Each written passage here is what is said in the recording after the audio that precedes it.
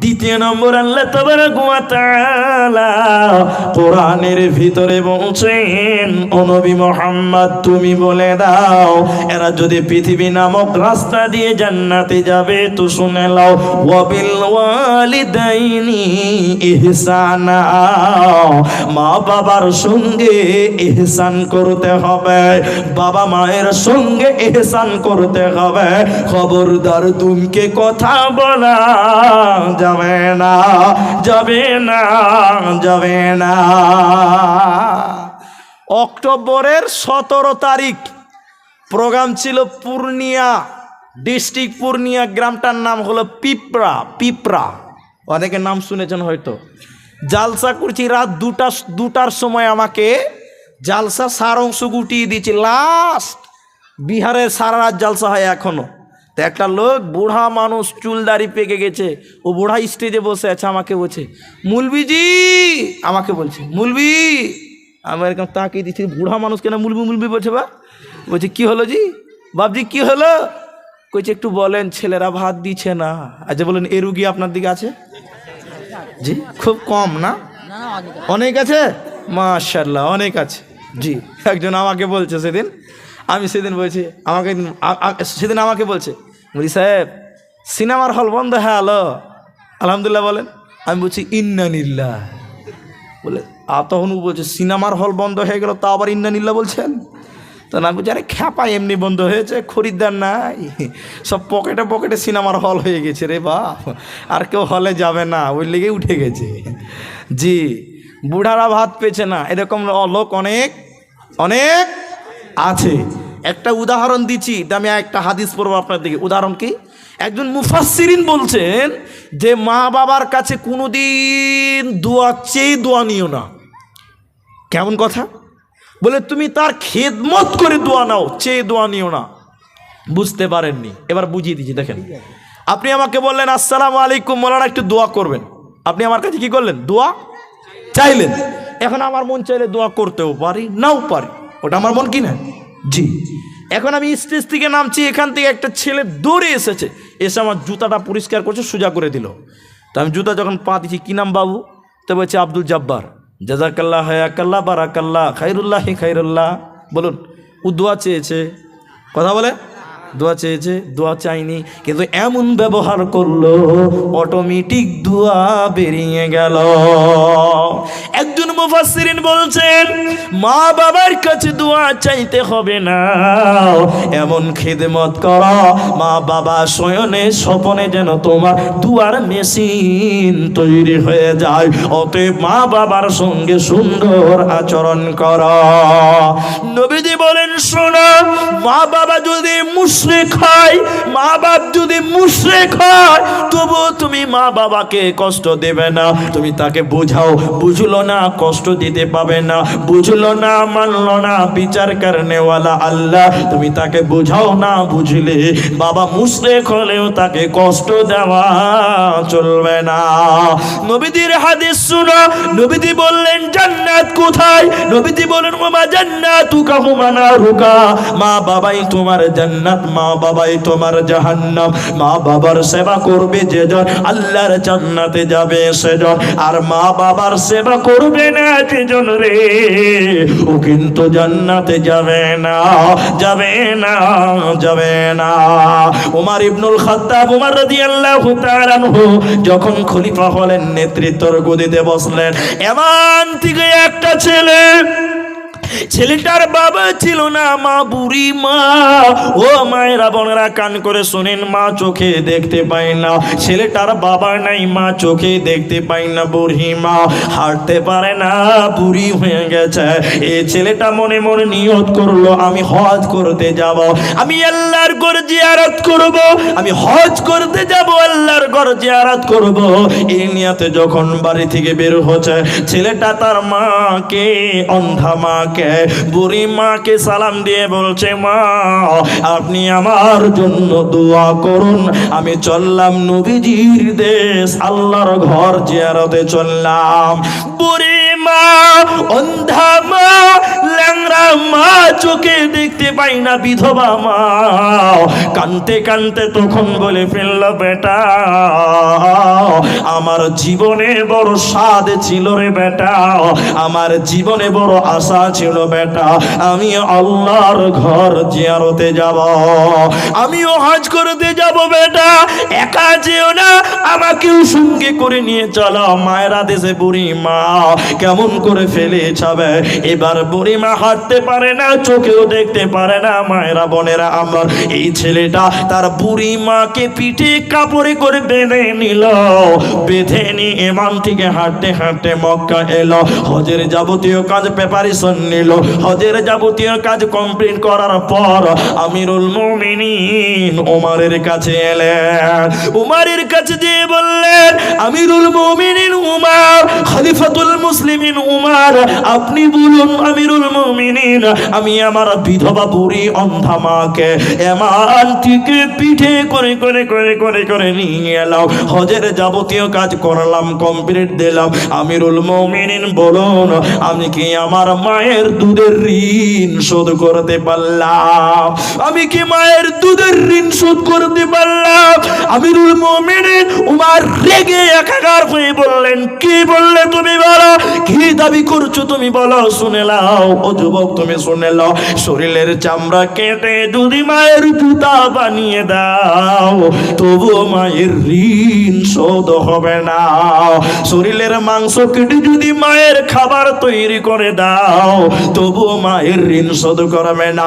বাবা যদি ভুল করে, কোরআন হাদিসের বিপক্ষে না যায়, বাবার ভুলটাকে ভুল বলিও না। বাবা নাবালক হয়ে গেছে, বাবা যখন বুড়া হয়ে যায়, বাচ্চা ছেলে হয়ে যায়, ওতে বাবা মাকে কষ্ট দেবে না, দেবে না। আল্লাহর নবী আফসোস করে কন্দনরত হয়ে বললেন, নবীজি কাঁদনরত অবস্থায় বললেন, উম্মাহ, আজকে যদি আমার মা আমিনা বেঁচে থাকতো, আমার মা আমিনা যদি বেঁচে থাকতো রে, আর আমি যদি নফল নামাজে দাঁড়িয়ে যেতাম, আমার মা যদি পেছন থেকে বলতো, বেটা মোহাম্মদ, আমি নফল নামাজ ছেড়ে দিয়ে বলতাম, লাব্বাইক মা, তোমার মোহাম্মদ হাজির। আমি নফল নামাজ ছেড়ে দিতাম। অতএব উম্মতের দল, সেই মা বাবাকে যারা পেল, খবরদার মা বাবাকে কষ্ট দেবে না। ওই মা বাবা তোমার জান্নাত, মা বাবাই তোমার জাহান্নাম। মা বাবার সেবা করবে যেজন, আল্লাহর জান্নাত পাবে সেজন। আর মা বাবা যার খিদমত করবে না, আল্লাহর জান্নাতে পাবে না, পাবে না। দুনিয়াতে মা যার বেঁচে আছে, মায়ের গুরুত্ব বুঝি না। যেদিন মা পৃথিবী থেকে বিদায় হয়ে যাবেন ভাইরা, যার মা নাই, বাড়ি যেয়ে দেখবেন বাড়িটা ফাঁকা ফাঁকা রয়েছে, মহব্বতের মানুষটা যেন নাই। বাবা সন্তানের জন্য ছায়া। যেদিন বাবা পৃথিবী থেকে বিদায় হয়ে যাবে, বাবা হারিয়ে যাবে, পৃথিবীর মধ্যে মাথা থেকে ছাতাটা সরে যাবে। আমার বাপ 2 বছর আগে মারা গেছে, বেলডাঙাতে জালসায় ছিলাম, রাত্রি গল্প হলো, হঠাৎ রাত 1:30টার সময় বাড়ি থেকে ফোন করে বলছে আব্বা নাই। বুঝতে পারিনি বাপ কি জিনিস ছিল। যেদিন পৃথিবী থেকে বিদায় হয়ে গেছেন, আজকে যদি 1 মাস সফরে থাকি, বাড়ি থেকে ফোন করে খবর নেওয়ার মানুষটা থাকবে না। বাবা তুই কোথায় আছিস, খবর নেওয়ার লোকটা থাকবে না। বাবা মা বেঁচে থাকবে, বাড়ি থেকে বেরিয়ে মালদা যেতে পারবেন না, মা ফোন করে খবর নেবে, বেটা কত দূর গেলি, কোথায় কোনো অসুবিধা হয়নি তো, বেটা খেয়ে নেবে। যেদিন মা পৃথিবী থেকে বিদায় হয়ে যাবে, ওই খবর নেওয়ার মতন কেউ থাকবে না। নবীজি বললেন, শোনো, ওই মা বাবা তোমরা সেবা করো, ওই মা বাবাকে কষ্ট দিবে না, মা বাবা যার আছে তার সেবা করো। আল্লাহ তাবারাক ওয়া তাআলা বলেন, ওয়াকুল্লাহুমা কাওলান কারীমা। দুনিয়াতে জান্নাত রয়েছে, জান্নাতের সঙ্গে ভালো আচরণ করো, নম্রভাবে কথা বলো, খবরদার মা বাবাকে ধমকে কথা বলবে না। আল্লাহ তাবারাক ওয়া তাআলা 2 নম্বর বলছেন, ওয়াবিল ওয়ালিদাইনি ইহসানা, ওই মা বাবার সঙ্গে ভালো ব্যবহার করো। বাবা কি জিনিস, একটা উপন্যাস বলছি আপনাদের, বাপ কি জিনিস, বাবা কাকে বলা হয়, বিসলারি পানি আছে, বোতল আছে কি দেখেন তো। বাবা কাকে বলা হয়? এটা ছোট্ট করে আপনাকে উদাহরণ দিচ্ছি, তো আপনাকে বুঝাবো। এক খেলে উপন্যাসটা শুনেন, এটা কোরআন নয়, হাদিস নয়, এটা উপন্যাস। ভালো করে বুঝেন ভাইরা মায়েরা।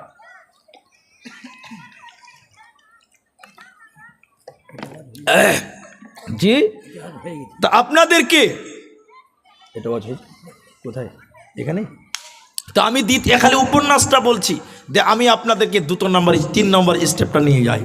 বাবা কাকে বলা হয়? দেখেন, আপনি যখন বাচ্চা ছেলে ছিলেন, আমি যখন বাচ্চা ছেলে ছিলাম, একটা জিনিস মাথায় রাখবেন, ইনারা এখন বয়স হয়ে গেছে, আমরা এখন জওয়ান মানুষ। বাচ্চা ছেলে এবং বয়স্ক মানুষ, এদের মধ্যে কোনো ডিফারেন্স নাই, পার্থক্য নেই। জানেন এটা?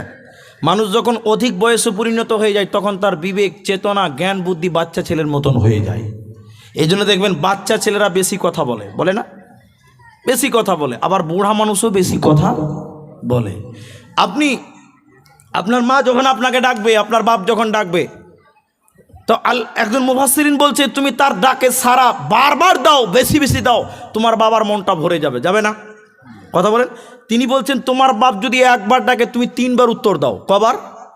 3 বার। বলে কেমন? আপনাকে ডেকেছে জমিরুল, তখন আপনি বলেন জি আব্বা, হ্যাঁ আব্বা জান বলেন, হ্যাঁ বাবা বলেন, বলেন বলেন বাবা কি বলেন। আপনার বাবার মনটা ভরে যাবে। জি বলবে না? আর আপনারা বাবা ডেকেছে জমিরুল, হ্যাঁ, তুমি খালি ব্যাক ব্যাক ব্যাক ব্যাক করে বকছো, বাবার জান গরম হয়ে যাবে। জি, তাহলে বাপ যদি একবার ডাকে, তোমাকে 3 বার জবাব দিতে হবে, তাহলে বাপের মন বড় হবে? হবে, অবশ্যই হবে। আর যদি বিরক্ত বোধ করেন, মন বড় হবে না। নাম্বার 3, আল্লাহ তাবারাক ওয়া তাআলা বলছেন, শোনো, ওয়ালা তাকতুলু আওলাদাকুম মিন ইমলাক নাহনু নারযুকুকুম ওয়া ইয়াহুম ওয়ালা তাকরাবুল ফাওয়াহিসা। আল্লাহ তাবারাক ওয়া তাআলা 3 নম্বর বলছেন, সন্তান হত্যা করবে না রুজির ভয়ে। রুজির মালিক আমি আল্লাহ, আমার নাম রাজ্জাক। রুজির মালিক কে ভাই? আল্লাহ। সকলে বলেন আল্লাহ। তাহলে সন্তানের ভয়ে, রুজির ভয়ে সন্তান হত্যা করো না। আল্লাহ বলছে, রুজির মালিক আমি আল্লাহ, তোমাকেও দিব, তোমার বাচ্চাকেও খাওয়ার মালিক, দেওয়ার মালিক আমি আল্লাহ। বারে কি বারে না? কিন্তু কিছু কিছু লোক আজ দুনিয়াতে বলছে মুলবিদের কথা চলবে না। অনেক লোক বলছে মুলবিদের কথা চলবে না। জি, একটা সন্তান নিব, খুব বেশি হলো 2টো 3টা নিব না। কে খাওয়াবে? কে মানুষ করবে?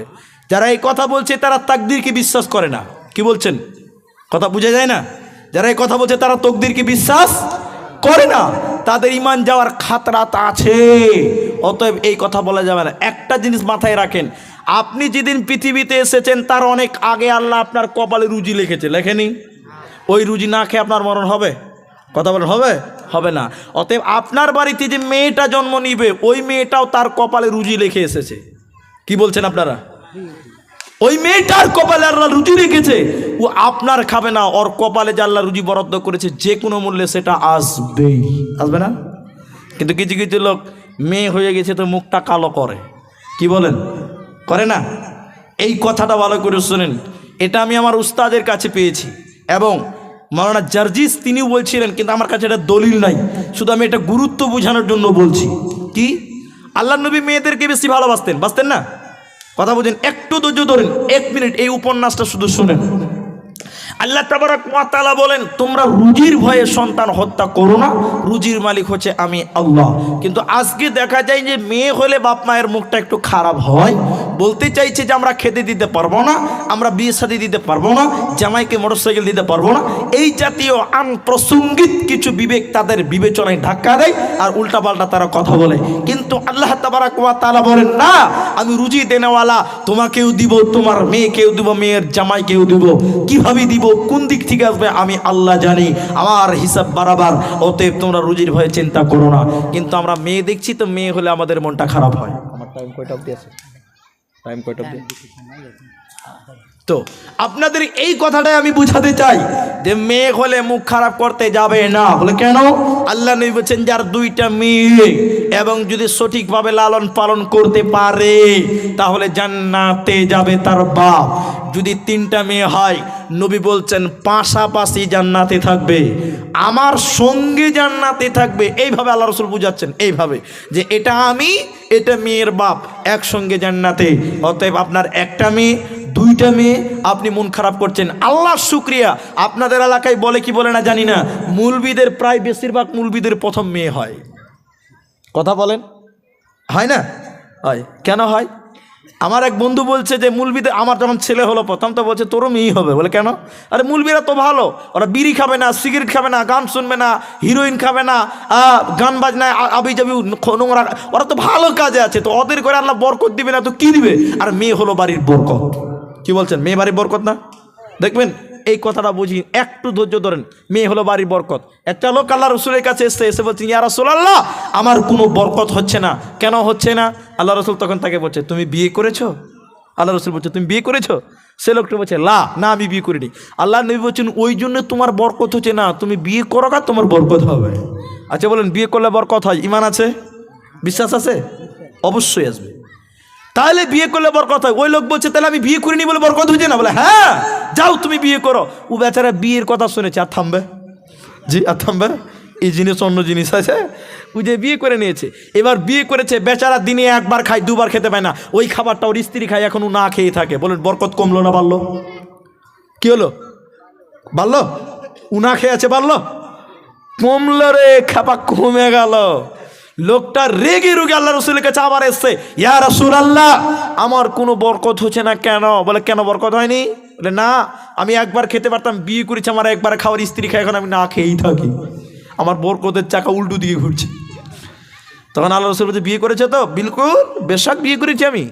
তা বিয়ে করছে তা বরকত হচ্ছে না? বলে না খুব চিন্তিত আছি, না খেয়ে আছি, আমার একবারকার খাওয়ার স্ত্রী খাইছে, ও দুবার খাই না, আমি তিনবারই খাই না। তখন আল্লাহ রসুল চিন্তা ভাবনা করে বলছে যাই হোক তুমি আর একটা বিয়ে করো। হ্যাঁ আর বিয়ে করবে? ও বিয়ে করবে। আর ও বলছে হুজুর ভালো থাকেন, ওই ফর্মুলা দিয়েন না, একবারে বুঝে গেছি আমার কি হবে, আমি বিয়ে শাদী আর করতে পারবো না। আল্লাহ রসুল বলছেন না তুই বিয়ে কর, তুমি বিয়ে করো না, তুমি আরেকটা বিয়ে করো। মায়েরা মেয়ে হলো বাড়ির বরকত। দেখেন না হুজুর বিয়ে করতে পারবো না। আরে তুমি বিয়ে করো, আমি নবী বলছি তোমার বরকত হবে। তখন বলছে আপনি যখন বলছেন তো করেই দেখি। হ্যাঁ ও আবার বিয়ে করলো। কয়টা হলো? দুটা হলো। এবার একটা খাবার দুই স্ত্রী ভাগ করে, ওরা দুবার করে খেতে পায় না, ও তিনবার পায় না। বাড়িতে সবসময় খালি হিন্দুস্তান পাকিস্তান যুদ্ধ চলছে। বলুন বরকত বাড়লো না কমলো? বলুন সবাই, বাড়লো না কমলো? কমে আলো। ও কিন্তু এবার রেগে গেছে, রেগে এসে বলছে ইয়া রাসূলুল্লাহ ইয়া হাবিবাল্লাহ মুঝে কোই খায়ের ও বরকত নেই হুই। আল্লাহ রসুল আমার কোনো উন্নতি হলো না, বরকত হলো না। আল্লাহ রসুল বলছে বিয়ে করেছিস রে? বলে দুইটা চলে গেছে, 2 নম্বর হয়ে গেছে, বরকত হয়নি? বলে না। বলে মামলা খারাপ, দুবার বিয়ে করে বিয়ে বরকত হয়েছে না? বলে না। আল্লাহ রসুল বলছে বিয়ে করেছিস তো? হ্যাঁ আমি না খেয়ে আছি, আমার একটা খাবার দুই স্ত্রীর তারা না খেয়ে আছে। নবী গো বাঁচার পথ বলেন, আমি কিন্তু আর থাকতে পারছি না, বাড়িটি খেচমাচ করে করে দুই স্ত্রী বের করে দিয়েছে, বরকত কমে আলো। আল্লাহ রসুল চিন্তা ভাবনা করে করে করে করে করে বলছে তুমি আর একটা বিয়ে করো। তখন বলছে যে যা হয়েছে হয়েছে, ভালো আলহামদুলিল্লাহ, আর বিয়ে শাদী করতে হবে না। নবী সালাম আলাইকুম, আসসালামু আলাইকুম, চললাম, থাকেন, ভালো থাকেন, সুস্থ থাকেন। আমাকে আল্লাহ রসুল আর জামাতে থামো, থামো, আমি নবী বলছি বিয়ে করো বরকত হবে। কি বলছেন হবে না? বলেন কথা বলেন, হবে না? হবে। ও তখন বলছে না হুজুর দুটা বিয়ে করে খুব মুসিবতে আছে, আর বিয়ে শাদী করতে পারবো না। আল্লাহ রসুল বলছে আরে তুই কর না, রেখে আবার একটা বিয়ে কর। না করবো না। আল্লাহ রসুল বারবার বলছে কর। তখন ও মনে মনে বলছে মরেই তো গেছি, তো বিয়ে করেই মরি। জি আবার বিয়ে করেছে, 3টা হলো। ও বেচারা আর নবীর কাছে আসছে না, আর নবীর কাছে আসছে না। অনেক দিন পর নবীর সঙ্গে সাক্ষাৎ। তখন আল্লাহ রসুল বলছে কি ব্যাপার, 2 দিন পর পর রেগে রেগে চলে আসছিলে, হঠাৎ উধাও হয়ে গেলা, কি ব্যাপার? তখন বলছে হুজুর বলিয়েন না, এখন আমার যা পজিশন মনে হচ্ছে আমি নরেন্দ্র মোদীর উপরে আছি। বলে কেন? রসের অঙ্ক মিলল কি করে? এবার দেখেন মেয়েরা না বাড়ির বরকত। বলছি ইয়া রাসূলুল্লাহ আমি প্রথম মেয়েটাকে বিয়ে করলাম, একবারে খাবার চলে গেল, আমি খেতেই পাই না। দ্বিতীয় বিয়ে করলাম, ওই খাবারটা দুই বিবি খেলো, ওরা দুবার না খেলো, আমি তিনবার না খেলাম, বরকত কমে গেল মনে হলো, নবী গো না খেয়ে থাকতে লাগলাম। তৃতীয় যে মেয়েটাকে বিয়ে করলাম, ওই মেয়েটা খেজুর গাছের পাতা দিয়ে চাটাই বোনাতে জানতো। আপনারা বুঝেন কি বুঝেন না? চাটাই বুঝেন না? খেজুর গাছের পাতা দিয়ে চাটাই বোনাতে বানতো। কেউ বলছেন পাটি বোনাতে জানতো, কেউ পাটি বলে, কেউ চাটাই বলে। নবী গো 3 নাম্বার মেয়েটা পাটি বোনাতে জানে, চাটাই বোনাতে জানতো। ওর দেখে দেখে বাকি 2 স্ত্রী শিখেছে, এখন 3 স্ত্রী কামাই করে, আমি কামাই করি না, পায়ের উপরে পা তুলে খাই। বলেন বরকত বাড়লো না কমলো? বলেন সবাই, কমলো না বাড়লো? তাহলে মেয়েরা বাড়ির বরকত, সবাই বলেন মেয়েরা বাড়ির বরকত। মেয়েদেরকে দেখে আমরা মুখ ভারী করবো না, সকলে বলেন ইনশাআল্লাহ। নবী বলছেন মেয়েরা হলো তোমাদের বরকত, পরিবারের বরকত। ওদের ভালোবাসো, স্নেহ করো, ওদের প্রেম প্রীতি দাও, আদর দাও, ওদের মায়া করো, ওরা মায়ের মতন মেয়েরা। আজকে যদি আপনার মেয়ে না হয়েছে, মা কি জিনিস আপনি বুঝতেই পারেননি। যেদিন মেয়ে হয়েছে, মা কি জিনিস সেদিন আপনি বুঝতে পেরেছেন। ভাইয়া আমি 3টে ওসিয়ত বলতে পারলাম, বাকি 7টা আমি লাস্টে গুনিয়ে দিব। আপনাদের সামনে একটু অনুরোধ, কেউ উঠবেন না, এটা জোরহাট। আমার বাকি 7টা আপনারা শুনবেন, আমি একটা একটা করে খালি গুনিয়ে দিব। 3টা বললাম, 7টা বাকি, টোটাল 10টা আছে জান্নাতের লোকেশন, 10টা আমল আছে। 3টা বললাম, শিরক করবে না, মা বাবার সঙ্গে ভালো ব্যবহার করো, সন্তান হত্যা করবে না রুজির ভয়ে, সে মেয়ে হোক আর ছেলে হোক, আমি রুজি দেনেওয়ালা, আমার নাম আর রাজ্জাক, অতএব তোমরা চিন্তা করিও না।